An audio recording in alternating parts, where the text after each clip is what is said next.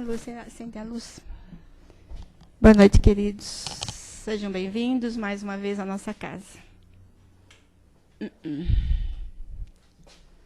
Mais uma vez estamos aqui, nessa noite gostosa, fria, né? Graças a Deus. Todo mundo já conhece a nossa casa, sabe das nossas palestras, passes, né? Só quem quiser passar no plantão, venha meia hora antes para poder conversar com o nosso atendente. E o passe à distância também. É importante saber que para receber o passe à distância, é necessário passar pelo plantão para ter o cartãozinho, tá bom? Então, queridos, a gente vai só falar um pouquinho da nossa cesta, né, básica que a gente oferece às 80 famílias. Nós fizemos agora, em maio, a inscrição, quase 200 pessoas. E dessas 200, nós vamos ter que tirar 80, 85, não tem como a gente poder fazer mais. Então, quem puder nos ajudar, sempre, né? Arroz, feijão, óleo, açúcar, macarrão, leite em pó, é o que a gente mais necessita. E a gente agradece. Uma latinha de molho, um pacotinho de macarrão, que vocês puderem ajudar, nós agradecemos. E sexta-feira também é um trabalho que a gente faz para a dependência química e familiar. Quem conhecer alguém, quiser aparecer também para conhecer o trabalho, será bem-vinda na sexta-feira às 8 horas. Tá bom? Então vamos, queridos, mais uma vez, fechando os nossos olhinhos. Vamos nos tranquilizando. Respirando profundamente. Acalmando o nosso coração. Sentindo a harmonia desta sala, que foi preparada com muito carinho por esses amigos queridos que aqui se encontram. Trabalhadores do bem que se fazem presente para nos dar o auxílio, o amparo, nos dar a sustentação. Nós agradecemos, Senhor, por todas as dádivas, pelo dia, pela oportunidade da vida, por estarmos aqui. Que nós possamos ouvir, que a gente possa refletir e que tudo isso possa nos ajudar, nos dando os caminhos que nós precisamos aprender a seguir. São caminhos mais difíceis, muitas vezes para alguns, mas que são necessários para o nosso aprendizado nessa nossa encarnação. Então, assim, agradecidos a Deus, nosso Pai, nós vamos pedindo, Senhor, e seja conosco mais uma vez. Ampara cada um daqueles que aqui vêm em busca da Tua ajuda, do Teu amparo, da Tua sustentação. Auxilia esses jovens que se fazem presente da espiritualidade, que vêm em busca dessa vibração, dessa doação de energia, para que eles possam se recuperar das dores infligidas a si mesmo pela dependência química. Ajuda aqueles que estão em depressão, para que recebam também o lenitivo e o conforto para os seus corações. E assim, queridos, unidos no mesmo pensamento em Jesus, nós vamos dando início à nossa exposição da noite e que a gente possa vibrar intensamente pelo nosso irmãozinho, para que ele seja bem feliz. Que Deus nos abençoe a todos. É o Amir que vai falar para nós, para limpar a fonte, né? Vamos tentar limpar essa fonte nossa. Feliz, querido. Boa noite. Desculpa o meu atraso, viu, gente? Mas acho que a gente consegue. Hã?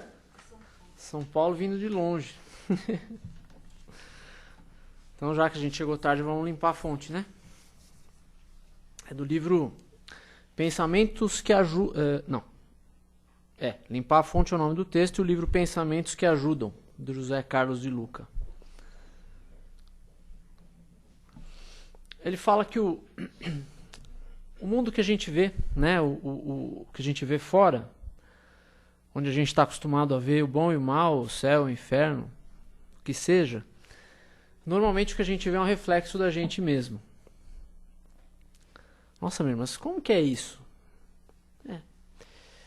Tanto no plano dos encarnados, quanto no plano dos desencarnados, lógico, guardadas as proporções, a gente tende a ver nas coisas e ver nos outros e ver nas situações projeção do que a gente tem dentro. Né? Onde a gente se acostumou, por exemplo, a ver o céu e o inferno fora da gente, o bom e o mal, a saúde e a doença, né? Esse tipo de coisa, a gente é convidado pela doutrina espírita a perceber que nós não somos só efeitos nisso, nós somos também causa. Nós somos causa disso tudo também. E olha que engraçado, né? Eu estava pensando quando eu estava lendo o texto. A Bíblia desde o começo ali até o final, né, do Gênesis ao Apocalipse, ela mostra a nossa relação com Deus, com o próximo e conosco mesmos, né? E uma das coisas que fala ali é que a gente foi criado à imagem e semelhança de Deus. E olha que engraçado, se a gente for pensar nas definições que a doutrina espírita nos dá do Pai, né, que Jesus chamou de Pai, e que a doutrina espírita dá uma definição complementar à do Cristo. Ela fala que Deus é a inteligência suprema, a causa primária de todas as coisas. E ela também, nessa questão de sermos a imagem e semelhança do Pai, Deus é a inteligência suprema. Nós somos princípios inteligentes, né? Nós somos os seres inteligentes da criação. Porque Ele é o Criador, né? Nós somos a criação. Somos os seres inteligentes da criação. E fala lá que Ele é a causa primária de todas as coisas. E nós somos causa, não primária, mas secundárias de um monte de coisas. Entre essas coisas das quais nós somos as causas secundárias... eu não peguei minha... Deixaram uma armadilha aqui, um copo vazio. Não tem água. Chega aqui, já tomaram, né? Então, nós não somos a causa primária, mas nós somos causas secundárias de um monte de coisas, né? Entre essas coisas que nós causamos, muitas das coisas que o nosso corpo, por exemplo, manifesta, em termos de saúde, em termos até... Obrigado. Em termos de saúde, em termos até de... às vezes até de aparência. São causa do que a gente tem por dentro. Porque o pensamento, o sentimento, ele impressiona a matéria. A gente vive, a doutrina espírita já nos mostrou, a gente vive imerso no fluido cósmico, que é de uma matéria diferente dessa matéria mais concreta, mas é matéria. E o nosso pensamento, o nosso sentimento, principalmente quando ele é muito repetido, ele vai impressionando essa matéria. Ele produz efeito, ele produz modificações nessa matéria, de modo que ela vai se moldando ao que a gente faz com ela. Mas isso só o encarnado, Amir? Não, o desencarnado também. Porque se você for ler algumas obras onde a doutrina descreve, por exemplo, essas colônias espirituais, onde algumas obras descrevem regiões de sofrimento no plano espiritual, né? Como aquela descrita, por exemplo, no livro Nosso Lar, no início do livro Nosso Lar ali, que ele fala ali o umbral. E ele descreve aquela região horrorosa, né? Aquela região onde tudo era feio, tudo era escuro, tudo era insalubre, né? O André Luiz vai descrevendo aquilo de uma maneira muito intensa para nós. Alguém poderia pensar, nossa, mas então Deus criou aquilo tão feio para jogar as pessoas que merecem ficar ali? Não, é exatamente o contrário. As pessoas ali se reúnem por afinidade e tudo ali, aquilo que é visto ali é a exteriorização dos pensamentos e dos sentimentos desequilibrados daquelas pessoas que estão lá. E elas não estão reunidas ali porque Deus as jogou lá, mas estão reunidas ali por uma questão de atração e de afinidade. É uma atração automática, né? Que tem a ver não tanto quanto com a maneira que a gente crê, com o que as nossas crenças, as nossas religiões, mas mais em relação à maneira com que a gente vive. Então, quando o texto aqui fala em limpar a fonte, ele está querendo dizer para a gente também limpar a fonte dessas modificações que a gente produz no mundo, dessas modificações que a gente produz no outro e dessas modificações que a gente produz na gente mesmo. Porque a fonte está dentro. Uma coisa que Jesus combateu com muita veemência, quando ele esteve aqui encarnado entre nós, é que se acreditava muito ali naqueles meios em que ele vivia, que você seria tornado impuro em função do que estava em volta de você. Então, se você jantasse com uma pessoa de má vida, você poderia se tornar impuro ainda que fosse puro originalmente. As pessoas acreditavam assim. Se você andasse com cobradores de impostos ali, com publicanos, a impureza deles poderia contaminar a sua pureza. Se você andasse ali com ladrões, com pessoas de fé, que era considerada ali uma fé impura, alguma coisa diferente da fé daquele povo, se acreditava que aquilo poderia tornar as pessoas impuras. Só que a lei de Deus é completamente o oposto disso. A lei de Deus é de progresso, não é de regresso. Isso significa que o puro é que leva a pureza para o impuro, e não o contrário. Se a lei fosse de regresso, tudo que é impuro, estando fora, nos tornaria impuros por dentro. E é exatamente o contrário. Quando nós produzimos a pureza dentro de nós, essa pureza se manifesta no mundo externo. A tua família melhora, a tua saúde melhora, a relação com os outros melhora, a relação com você mesmo melhora, até a aparência melhora. Não tem gente que tem a cara da arrogância, da coisa, parece que aquele pensamento arrogante repetido vai deixando a pessoa com uma fisionomia de arrogante. Aí você olha e fala, nossa, aquele cara tem cara de arrogante. Às vezes é o pensamento repetido que vai produzindo aquilo. Tem pessoas que têm a cara da tristeza, tem pessoas que têm a cara do medo. Não estamos dizendo aqui que todo mundo que tem essas caras foi produzido dessa maneira. O que estamos dizendo é que o pensamento repetido vai produzindo modificações até na nossa fisionomia. Ela pode ir perdendo a serenidade pelo nosso pensamento ansioso. Ela pode ir perdendo o ar de confiança pela repetição do nosso pensamento com medo. Ela pode ir perdendo o ar de tranquilidade pela nossa repetição do pensamento de culpa. E assim como isso, tudo à nossa volta vai se moldando dessa mesma maneira.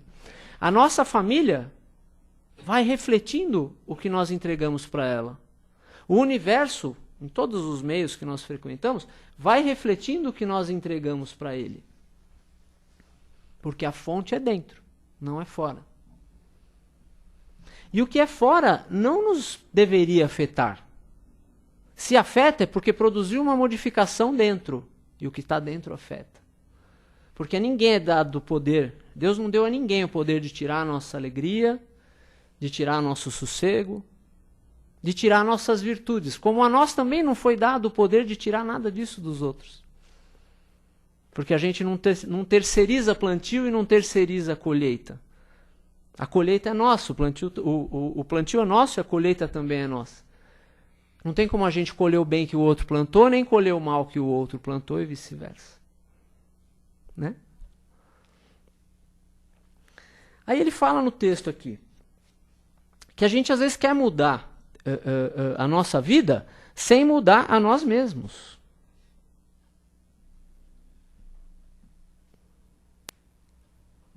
A gente às vezes quer mudar o que está fora, quer mudar um monte de coisa. Eu vou entrar na religião tal, porque ela vai me ajudar a arrumar um bom emprego. Eu vou entrar, fazer isso, porque isso vai me deixar melhor em tal coisa. Mas e por dentro? A gente quer tirar as dores, às vezes, das coisas que nos acontecem, sem se perguntar quais são as causas daquelas dores. E as causas normalmente são produzidas por nós. E aí mesmo dentro do espiritismo a gente tem muito aquele atavismo de falar assim, não, se está te acontecendo isso, eu cortei o dedo aqui agora, está te acontecendo isso porque você fez alguma coisa no passado, você cortou o dedo de outra pessoa, então você está cortando o dedo aqui agora. Não é necessariamente assim. Algumas coisas realmente são causadas pelas causas anteriores, mas a grande maioria das coisas que nos afetam são efeitos de causas bem mais próximas do que a gente imagina. Do que nós fizemos ontem, do que nós fizemos a semana passada, do que nós estamos fazendo agora. Como eu me corto a mão, por exemplo, por não tomar cuidado e colocar a mão na ponta aqui em alguma farpa, alguma coisa. Não tem nada a ver com o passado. A grande maioria das coisas não tem nada a ver com o passado. Tem a ver com o nosso plantio de agora. Causa e efeito, causa e efeito, causa e efeito o tempo todo. Nós podemos estar plantando agora o que nós vamos colher daqui a meia hora, daqui a 1 hora. Porque não tem como desligar o rádio da frequência, né, Sandra? Nós estamos emitindo o tempo todo esse pensamento sob a forma de frequência, sob a forma de ondas. E esse rádio não tem botão de desligar. Ele só tem o botão da sintonia. Normalmente o rádio, aqueles antigos, né, agora está um pouco diferente. Mas aqueles antigos tinham o botão da sintonia e o botão de liga, desliga o volume, não é isso? Esse não tem o liga, desliga, ele só tem o de mudar a estação. Então a gente escolhe o que a gente está sintonizando, o que a gente está atraindo e o que música que está tocando. Que música que está tocando? O que está ocupando a nossa ideia a maior parte do tempo? A maior parte do tempo nós pensamos como espírito, que é o que nós realmente somos em essência? Ou nós estamos pensando a maior parte do tempo nas coisas rasteiras, nas coisas que vão acabar daqui a pouquinho e que daqui a pouquinho não vão ter muita importância? É normal nós vivermos, o próprio Evangelho segundo o Espiritismo fala, a gente vive no mundo, a gente tem que viver como os homens do nosso tempo. Trabalhar, estudar, comer, dormir, beber, fazer tudo o que tem que fazer uma pessoa, mesmo que tenha a fé diferente da nossa, a crença diferente da nossa, desde que isso não seja uma coisa ruim. Mas a gente tem que ter uma visão já um pouco diferente pelo que o Espiritismo já nos mostra. A gente já tem que se ver como alguém que, de uma maneira mais ampla, de uma maneira em essência. Sou mais do que a minha personalidade. Sou mais do que os meus erros. A gente estava falando de culpa, né? A culpa é uma coisa que às vezes vai nos escravizando tanto no erro, mas nós somos muito maiores do que os nossos erros. Talvez alguém que esteja aqui, alguém que esteja nos assistindo pela internet, passou talvez o dia inteiro, a semana inteira, o mês inteiro, ou talvez esteja há muitos anos pensando em um ou em alguns erros muito graves. Mas nós somos muito maiores do que os nossos erros, porque nós vamos ter condições de repará-los e de agir diferente, até que eles vão simplesmente deixar de existir quando nós vamos manifestar a nossa essência divina, a nossa essência maior. E aí isso não vai mais ter importância. A grande maioria das coisas que a gente passa muito tempo se martirizando não vai ter muita importância daqui a algum tempo. E às vezes a gente gasta mais tempo com elas, né, ocupando ali o nosso pensamento, a nossa ideia fixa, a ideia central, né, do que com as coisas que vão realmente ter importância daqui a um século, 2 ou 3 ou 50. A arte está em conjugar com equilíbrio as duas coisas. O que você tem que fazer hoje, estando no mundo, e o que você tem que fazer para você para sempre, que é não ser do mundo. Porque nós não somos do mundo, nós estamos aqui no mundo. Nossa essência é muito maior que isso. Nossa essência vem daquela definição que a gente deu no começo. Inteligência suprema, a causa primária de todas as coisas, nos fez a sua imagem e semelhança. Seres inteligentes da criação. Causas secundárias de tudo que nos cerca. Esse pensamento que a gente emite, esse sentimento que a gente emite, exerce um efeito sobre as pessoas, principalmente. As pessoas percebem quando você lhes lança uma vibração carinhosa. Então, quando a gente dá uma esmola, por exemplo, na rua, e faz aquilo com raiva, faz aquilo para se livrar do outro, talvez fosse melhor que nem tivesse dado, porque beneficiou a pessoa, mas às vezes levou um pouco de humilhação junto, que não tem nada a ver com humildade. Às vezes leva um pouco de humilhação junto.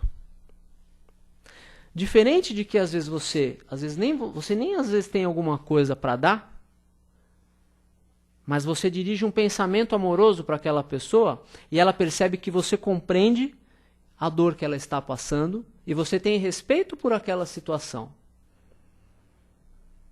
Mesmo que você não lhe dê R$1. Às vezes o efeito é diferente.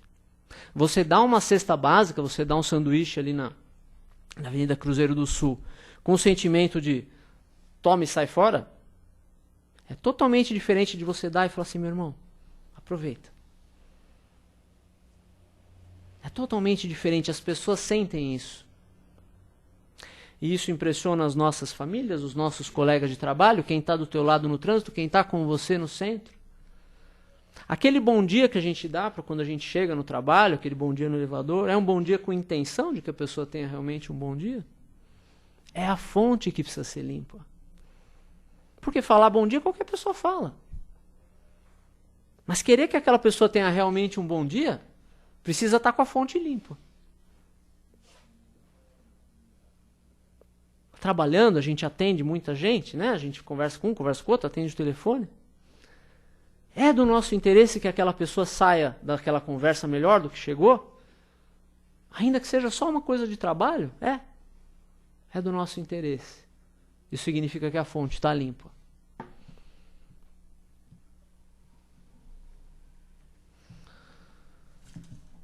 Ele fala aqui muito do medo, que a gente já falou, e da raiva.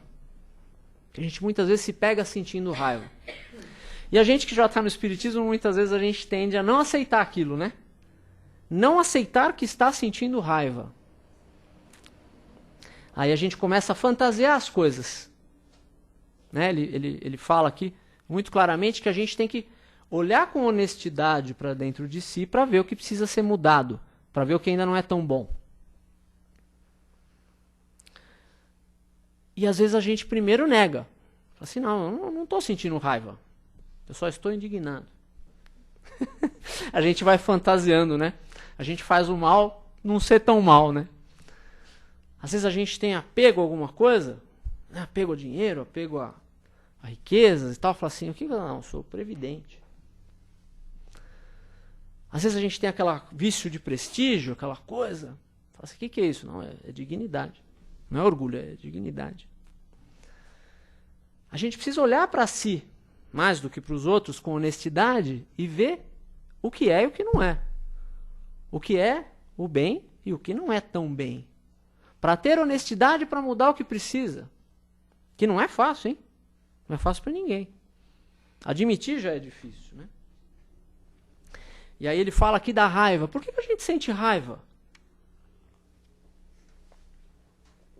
Bom, normalmente a gente sente raiva ou porque o outro fez alguma coisa em desacordo com o que deveria, ou pelo orgulho ferido. Mas o orgulho ferido ainda é o orgulho. E o orgulho é o jugo pesado, não é o jugo leve. Jesus falou, né? Meu fardo é suave e meu jugo é leve, ou o contrário. Meu jugo é suave e meu fardo é leve. O fardo do orgulho é o fardo pesado. Porque ele te escraviza. Uma das coisas mais difíceis e mais tormentosas que existe é viver prisioneiro do orgulho. Porque você nunca tem paz, né? Se o outro é melhor que você em alguma coisa, acabou a paz. Se o outro tem razão em alguma coisa que a gente estava equivocado, acabou a paz. Se o outro é mais bonito, acabou a paz. Se o outro é mais inteligente, acabou a paz. E a pessoa vive prisioneira disso, muitas vezes, sem perceber que é orgulhosa. Tem orgulho de não ser orgulhoso, muitas vezes. Olha como é profundo isso, como é necessário realmente olhar para si com honestidade. Essa honestidade pressupõe humildade. Por quê? Porque humildade, diferente do que muitas vezes é apregoado, não é você andar com roupa rasgada, dizer que não sabe nada, se fazer de bobo, de burro, não é nada disso. Humildade é não querer parecer mais nem menos do que você é em campo algum da vida. Isso é humildade. É essa honestidade conosco mesmos. Então, por exemplo, se a gente já consegue fazer alguma coisa, na casa aqui, por exemplo, você consegue fazer alguma coisa e fica negando isso, parece humildade, mas não é.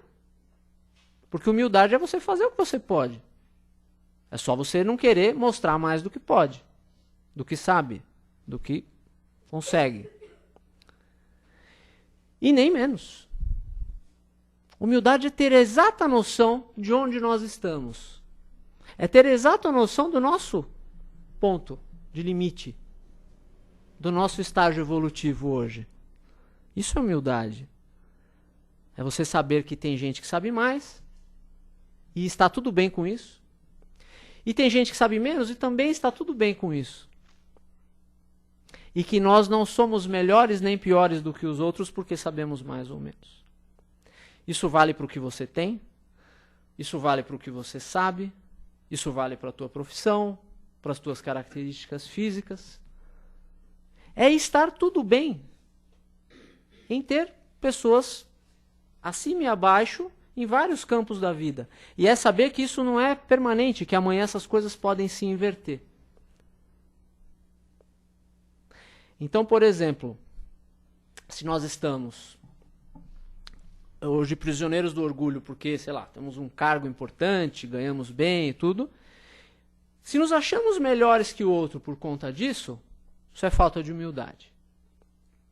Mas da mesma maneira, se a gente está numa situação difícil hoje, às vezes no desemprego, às vezes na remuneração muito baixa, no subemprego, por exemplo, e nos achamos que por isso somos piores do que o outro, ou achamos que essa situação vai ser assim para sempre, isso também é falta de humildade. Porque humildade não tem nada a ver com humilhação. Porque humilhação é uma coisa segundo o mundo, não segundo o Espírito. Não segundo Deus. Né? Às vezes a gente fica se achando, se pondo muito para baixo, né? Como eu falei agora há pouco, nós somos muito maiores do que os nossos erros. A gente às vezes fica se achando que é um nada, que só faz coisa errada, que só erra, que não tem capacidade. Só que as opiniões de Deus podem ser diferentes. Deus pode ver na gente coisa muito mais preciosa, e pode não, ele vê, né? Coisa muito mais preciosa do que a gente às vezes vê em si mesmo e nos outros também. Por quê? Porque ele enxerga a nossa essência. O Cristo exemplificou isso. No Evangelho fala lá, ele conhecia todos por dentro. Não importa ali se fosse o mais fiel ou o pior ali dos publicanos, ele vê o que aquela pessoa é em essência, ele vê o arcanjo que ela vai ser um dia no futuro, como todos nós seremos. E aí fica mais fácil amar. Fica mais fácil respeitar. Quando alguém erra contra nós, a gente, por exemplo, tem que tentar abstrair um pouco do erro e ver a essência daquela pessoa como filho de Deus, como o arcanjo que ela vai ser um dia. Torna mais fácil perdoar. Se a gente lembra do erro que a gente fez também contra os outros, também torna mais fácil perdoar. Mas ver no outro a essência divina, que ele vai manifestar em plenitude algum dia, torna mais fácil conviver com qualquer coisa, com qualquer pessoa, com qualquer situação. E às vezes é muito mais uma questão de treino do que uma questão de realmente ser um poder, assim, uma coisa. É treinar. É ser hoje um pouquinho melhor que ontem. É ver no outro uma imagem um pouquinho melhor do que a gente via ontem. É não cometer mais os mesmos erros. Ou se cometer os mesmos erros, não aceitar que vai cometer o mesmo erro amanhã. Até aceitar que já cometeu o de ontem, mas não aceitar que vai cometê-lo novamente amanhã. Porque a lei é de progresso. A lei é que a gente vai subindo um degrau de cada vez. Tirando os vícios, né? Tirando os vendilhões do templo, nas palavras de Jesus, né? Porque a gente, considerando o templo do nosso corpo, o templo do nosso espírito, a gente deixa ainda muitos vendilhões habitarem nele. O orgulho, o egoísmo, a vaidade, a maledicência, a raiva. E nada disso vai ter importância daqui a 1000 anos, daqui a 100 anos, daqui a 50 anos.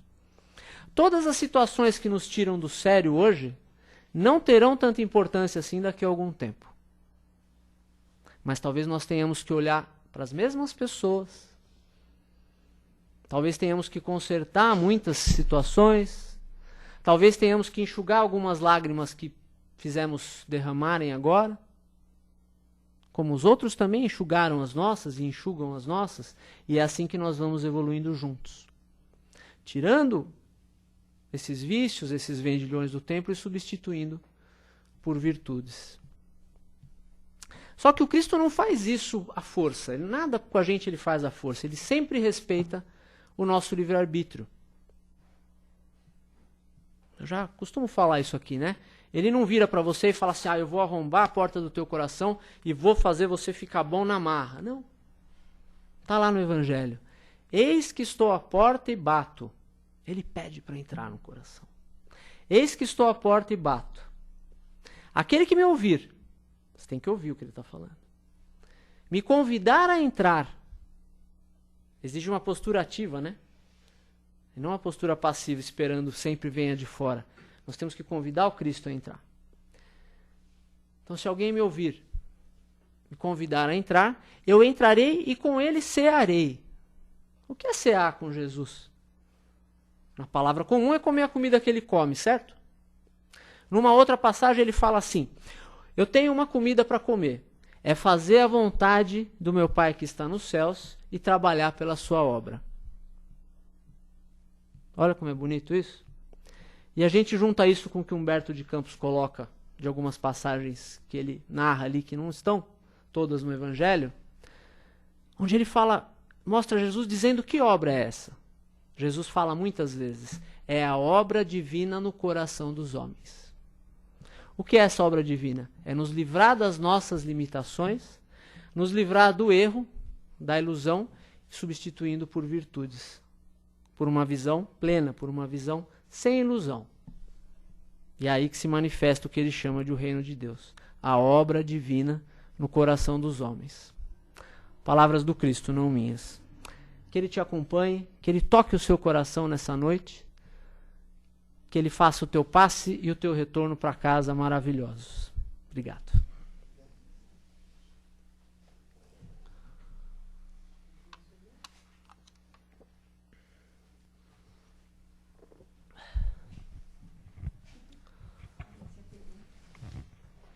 Então, queridos, alguém quer fazer alguma colocação? Alguma pergunta, alguma dúvida que tenha ficado? Tá todo mundo com um semblante grave, assim, foi muito séria a palestra. Foi muito séria. Eu não brinquei, né? Eu sempre falo uma piadinha, hoje não. A Simone quer falar. Eu cheguei muito tarde também, não dá pra ficar fazendo piadinha.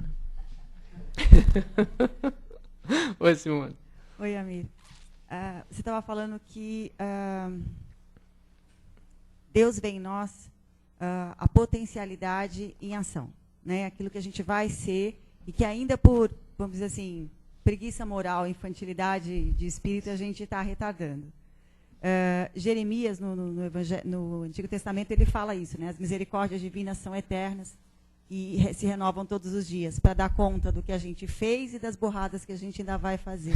Né? Ela tem que se adaptar para poder receber a gente de novo no coração, né? Que é essa imagem bonita que você citou de Mateus, né?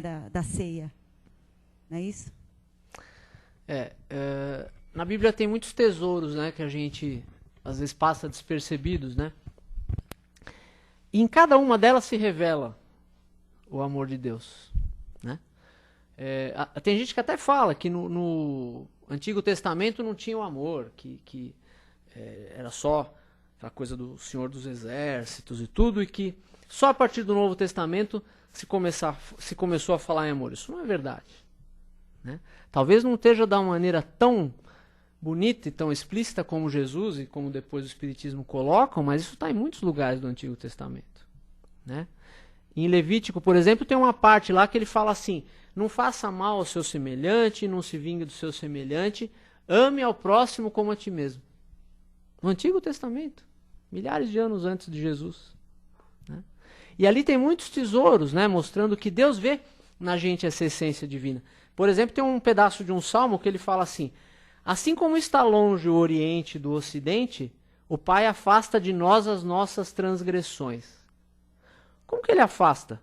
Ele nos dá muitas e muitas, muitas vidas e muitas encarnações para que a gente vai se distanciando cada vez mais do erro, renovando a nossa conduta, reparando o que ficou, até que aquilo uma hora está tão distante que não dói mais. pela sabedoria dele, a gente não se lembra do passado, né? Porque isso muitas vezes poderia nos envergonhar, poderia atrapalhar alguns caminhos, mas ele afasta de nós as nossas transgressões, ele vai nos tirando do erro e vai trazendo o reino dele para dentro de nós. Não é isso? Alguém mais? Você falou, é sempre por parábola, né? Que você falou, os vendilhões do tempo, né? Eu nunca tinha pensado dessa forma. Os vendilhões do tempo. É o que a gente guarda, as mazelas, é tudo isso daí. Né? É isso que você quer dizer? Então, eu não tenho estofo para dizer, Simone pode dizer melhor que eu, se isso é só uma simbologia que está lá ou o que daquilo pode ter realmente acontecido. A Simone pode dizer melhor do que eu. Mas tudo que tem ali no Evangelho, tudo que tem ali, tem também um símbolo por trás. Tudo, tudo. E em muitas ocasiões Jesus se referiu ao templo como o próprio corpo. O corpo é o templo do Espírito. Que nem teve uma hora que ele fala assim, destrua esse templo e eu reconstruirei em 3 dias. E aí no próprio Evangelho fala assim, ele estava falando do próprio corpo. Né? Porque ele voltou com 3 dias, não foi? Então, muitas vezes ele se referia ao templo como o nosso corpo. Quando fala Paulo lá, né? O vaso escolhido. Né? Então, você pode entender também, se abstrair um pouco do fato material em si ali, e entender isso como o que eu deixo habitar em mim que não deveria estar mais ali. Né? E aí expulsa os vendilhões do templo.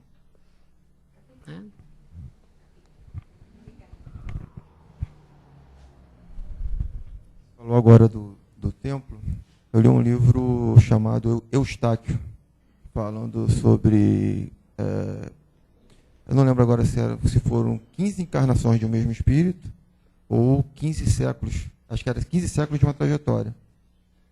Então, o templo dele foi melhorando. Né? Na primeira encarnação dele que eu acompanhei, e logo depois a segunda, assim, a primeira é daquela que o livro vem falando, né? Que já tinha outras antes, com certeza. Você pensa assim, esse cara não vai melhorar nunca. E na última encarnação que tem no livro foi, se não me engano, na Segunda Guerra Mundial. E ele era um médico que tinha de família, mas não quis saber da fortuna e trabalhando o tempo todo com filantropia. Você vê então essa evolução que a gente vai passando. No entanto, quando a gente está aqui encarnado na matéria, às vezes é difícil você conseguir controlar, né, algumas coisas ou certos pensamentos. Você deve até ter uma boa vontade, mas a matéria te segura e te desvia para outras coisas. E também a dificuldade, às vezes, eu acho, é o seguinte: você às vezes tem escolha, você tem consciência das escolhas que você pode fazer, mas fica na dúvida. Não estou nem falando entre fazer o bem e o mal, estou falando, às vezes, tipo, uma escolha de vida, e você se pensa, o que eu vou fazer? E você pede a Deus, Deus me deu um caminho, mas você não tem certeza daquilo que você está, daquela escolha que você está tomando. Né? Uhum. A matéria é sempre uma oposição. Mas é uma oposição, se você pensar no sentido físico, por exemplo, você vai ver que tem o atrito, tem a resistência do ar, tem a resistência elétrica, você tem muitas coisas a serem vencidas. Da mesma maneira, a oposição da matéria, até vibratória, né? Sensorialmente estou falando, a oposição da matéria tem por finalidade fazer o espírito se tornar mais forte, fazer o espírito ser capaz de vencer uma resistência que ela opõe. Né? E uma das finalidades disso, de encarnar, estar encarnado em meio a essa oposição, fala no Livro dos Espíritos isso, é você lidar com as vicissitudes da vida corpórea. Ou seja, ver se aprendeu mesmo. Né? Porque essas incertezas a que você se refere, de às vezes não saber que escolha fazer e tudo, elas são necessárias para provar o conhecimento que a gente adquiriu, que a gente acumulou como espírito. Muito ancestral, né? Então ela faz parte da coisa. E quando a gente começa a ver aquilo como uma prova, a gente vê aquilo como uma coisa que vai passar. E isso dá uma consolação muito grande, né? Consolação de saber que por maior que seja um sofrimento, ele vai passar. E tudo isso serve para a gente fazer uma musculação na alma, né? Isso. Ficar cada vez mais forte. Quanto menos peso, menos forte a gente fica. Né? Só para limpar a fonte um pouquinho, a gente sabe que é meio complicado quando a gente passa por situações difíceis, né? Uhum. De dor, de doença ou de perda de pessoas amadas, né? O coração fica impregnado dessas energias. E como é complicado fazer uma limpeza nessa fonte, né? O que a gente pode estar fazendo para nos ajudar nesse sentido? Acho que a primeira coisa é pedir ajuda, né? Fazer oração. Sintonizar com o Cristo. Reconhecer as nossas limitações. Né? Tem um trecho de Paulo que ele fala assim: quando eu sou fraco, sou forte. Quando sou forte, sou fraco. O que ele quer dizer com isso, na minha opinião? Você fala assim: sem Deus eu não vou conseguir. Sem a ajuda do Cristo, a ajuda dos seus mensageiros, eu não vou conseguir. E aí você se coloca na humilde posição de pedir ajuda. De falar assim: Jesus, sem você, sem a tua ajuda, eu não vou conseguir. Aí você entra naquela parte que ele fala assim: olha, eu sou a videira verdadeira. Vocês são os ramos. Não são os ramos que fazem tudo sozinho. Os ramos se alimentam do tronco da videira. E a videira verdadeira é e sempre vai ser o Cristo e os seus ensinamentos. Então a primeira coisa é sempre se ligar com ele. Certo? Obrigada, viu, querido? Obrigado, gente. Desculpa mais uma vez o atraso. Imagina, querido, só para nada, você estava aí, né? O importante é isso.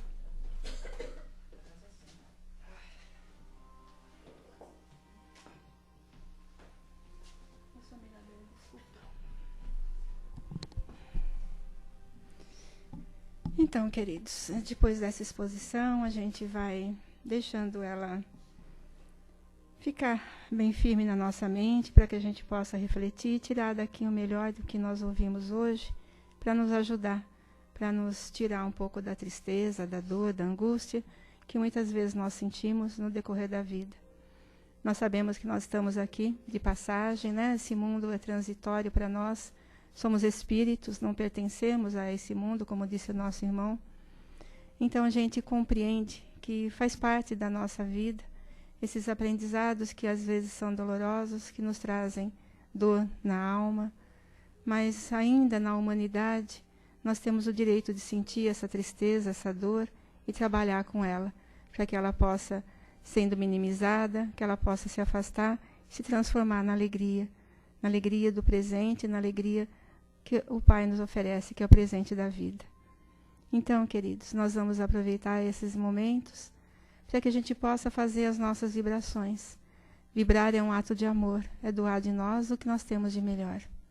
Então vamos pedindo a Deus, nosso Pai, que juntos com Jesus nós possamos levar essas vibrações amorosas a todo o nosso planeta Terra, envolvendo com todo o nosso amor, envolvendo aqueles recantos mais escondidos desse planeta, onde há dor, onde há sofrimento, onde há fome, onde há guerra, onde há tanta tristeza. Que os amigos amados possam amparar e confortar o coração desses nossos irmãos. Vibrando por nossos irmãos da nossa terra, Portugal, né? Nossos companheiros, nossos irmãos. Que todos aqueles que pereceram durante o incêndio possam estar recebendo o cuidado e a ajuda dos nossos amigos da espiritualidade. Vibrar por todos aqueles que perambulam pelas ruas, que morrem pelas drogas, pelos vícios. Tantas criaturas, meu Pai, deixando esse planeta de forma tão dolorosa. Que nós possamos vibrar por cada um deles, para que recebam essa ajuda desses amigos amados. E do nosso coração partindo essa vibração de amor para cada um deles.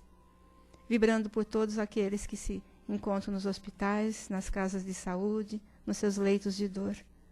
Vibrar por aquele companheirinho que está na rua, sem o agasalho, sem o remédio. Nós possamos vibrar, queridos, se nós não pudermos fazer nada, pelo menos vamos pensando firme nesses irmãos, pedindo a ajuda do Pai, para que eles recebam essa ajuda e esse amparo. E nesse instante, queridos, se coloquem na posição de doação desse sentimento de amor e de paz para aquele companheirinho que está no seu pensamento.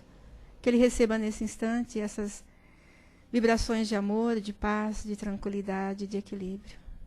Que os amigos amados possam envolvê-los e fortalecê-los.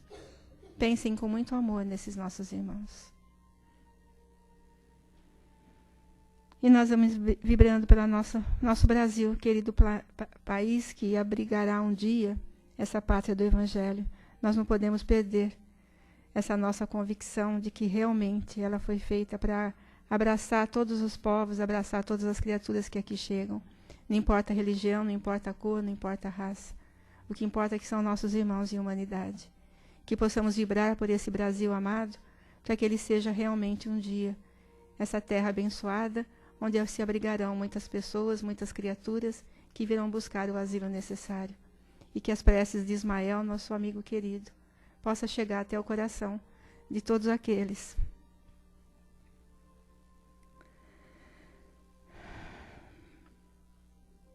que comandam esse país. Que possam ter, Senhor, as suas consciências acordadas, que possam ter os sentimentos de amor, pensando que um dia seus filhos e netos herdarão essa terra, que elas possam fazer o melhor. Nós vibramos um pelos outros e agradecemos, Senhor. Agradecemos por tudo que recebemos, pela saúde, pela vida, por nossos olhos, por nossas mãos, por podermos estar aqui nessa casa abençoada.